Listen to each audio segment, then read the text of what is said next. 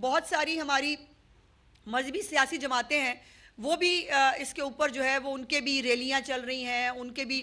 پرامن احتجاج چل رہے ہیں، اس پہ کسی کو کوئی اعتراض نہیں۔ وہ آپ احتجاج کریں، ہم بھی احتجاج میں شامل ہیں، لیکن یہ میں بتانا چاہتی ہوں کہ غزہ جو ہے اور لبنان ہے یا شام ہے، اس کے لیے جو حکومت پاکستان ہے وہ عملی اقدامات کر رہی ہے۔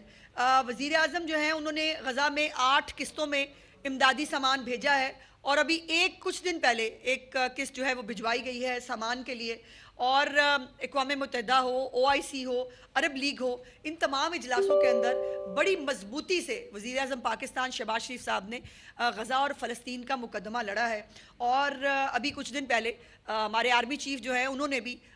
جو اوورسیز سے غالباً کنونشن سے وہ خطاب کر رہے تھے، اس کے اوپر بھی انہوں نے ہماری جو فوج ہے اس کی طرف سے بھی اس عزم کا بہت کھل کے اور بہت شدت کے ساتھ اس عزم کا اعادہ کیا ہے کہ کسی طور پر بھی کسی دہشت گرد کو، کسی تشدد پسند گروہ کو